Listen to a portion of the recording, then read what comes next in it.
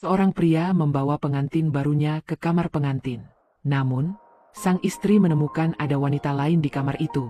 Phyllis berterus terang padanya, karena pernikahan mereka adalah pernikahan paksa.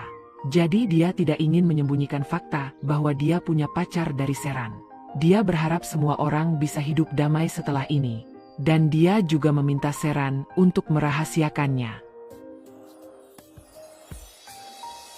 Menghadapi hal seperti ini di hari pertama pernikahan, siapapun akan sulit menerimanya. Sheeran pergi ke kamar mandi. Dia melepas semua gelang emas di tangannya dan membuangnya. Kerudung di kepalanya juga dilepas. Dia hanya bisa melampiaskan kemarahannya dengan cara ini. Sebagai pengantin baru, Sheeran harus tidur di bak mandi sambil mendengar kemesraan di luar. Ini tidak ubahnya seperti menerima siksaan. Di tengah malam, tiba-tiba suara gedebuk membangunkan Sheeran. Dia keluar untuk memeriksa. Dia menemukan Pelin tertidur di tempat tidur. Sementara Phyllis tergeletak di lantai. Sheeran mendekat untuk membangunkan Phyllis. Tapi dia tidak bisa membangunkannya. Mengingat dia pernah mengatakan menderita diabetes sebelumnya. Dia menyadari bahwa Phyllis tidak hanya mabuk. Sheeran segera menggunakan ponsel Phyllis untuk menelepon sopir. Sopir menyuruhnya meletakkan sebutir gula di mulut Phyllis. Lalu segera meminta resepsionis hotel untuk menelepon 120 ambulans. Kemudian sopir datang dan mengangkat Pelin ke kamar mandi. Ayah Phyllis dan ibu Phyllis juga datang setelah mengetahui situasinya. Mereka semua membawa Phyllis ke rumah sakit. Mengingat malam pernikahannya yang begitu konyol, Sheeran merasa sedih dan tidak tahu harus mengeluh kepada siapa. Dia hanya bisa bersembunyi di kamar dan menangis sendirian. Sambil menangis, dia mencoba melepas gaun pengantinnya. Tapi dia menemukan bahwa bahkan gaun pengantin itu pun menggodanya dan tidak bisa dilepas.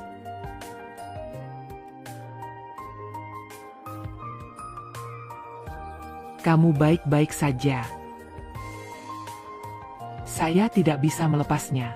Apakah kamu ingin saya membantumu?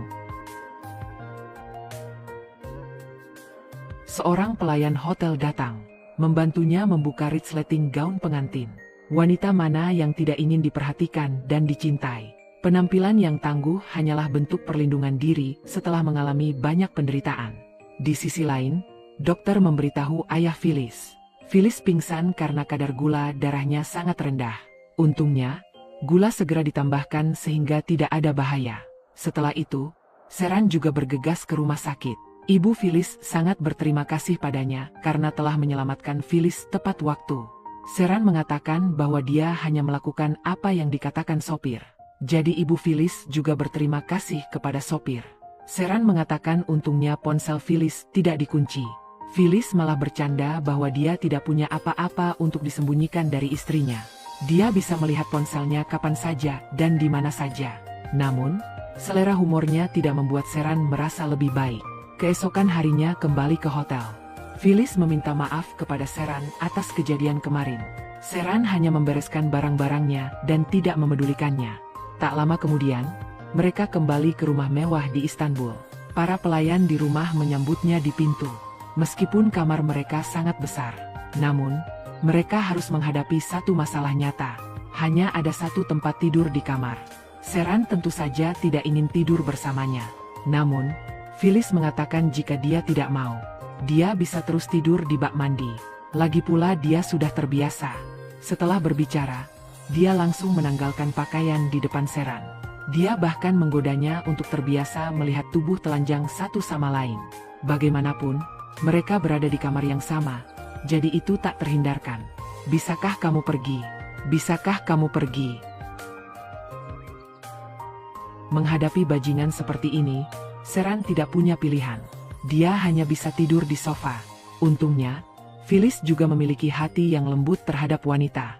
Melihat istrinya yang manis tidur di sofa, dia mengambil selimut untuk menutupinya agar tidak kedinginan. Malam harinya, semua orang duduk di ruang makan, bersiap untuk makan bersama. Melihat pemandangan ini, Sheeran merasa sedikit linglung. Sehari sebelumnya, dia hanya bisa makan sisa makanan di rumah.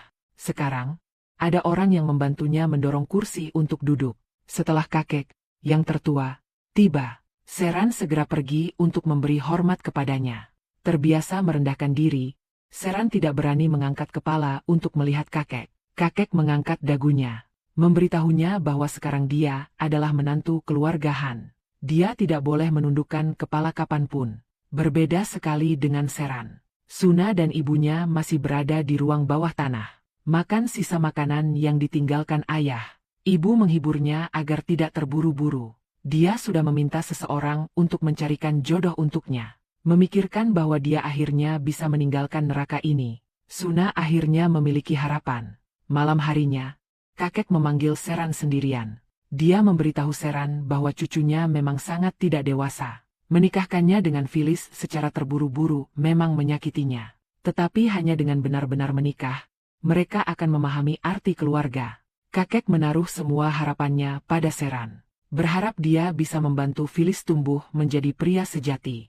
Di sisi lain, sejak Seran pergi, Yusuf menangis sepanjang hari. Dia menyesali kelemahannya karena tidak menyetujui Seran untuk kawin lari. Temannya menyuruhnya melupakan Seran. Namun, Yusuf tidak mau menyerah begitu saja. Dia percaya bahwa Seran pasti berada dalam kesulitan besar. Dia bersumpah akan menemukannya kembali.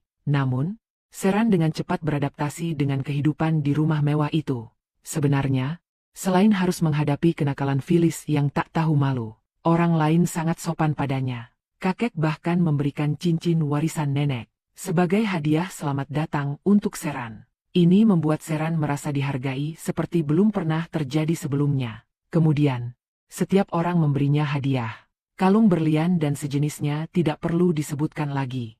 Ayah Phyllis bahkan langsung memberinya mobil mewah.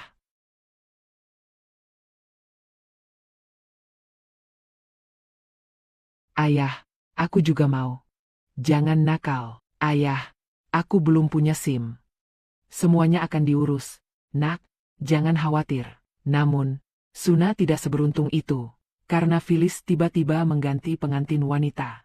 Reputasi keluarga Suna di kota sudah tercemar. Bahkan ada rumor yang mengatakan bahwa Suna menjadi pelacur. Sehingga dia ditolak saat dilamar.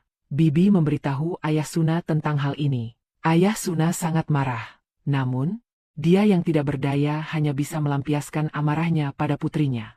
Dia menampar Suna dengan keras hingga jatuh ke tanah. Semua kemarahan atas ketidakberdayanya dilampiaskan pada putrinya. Mendengar raungan dan makian ayah Suna yang seperti serigala di kamar, ibu Suna hanya bisa duduk di tangga dan menangis.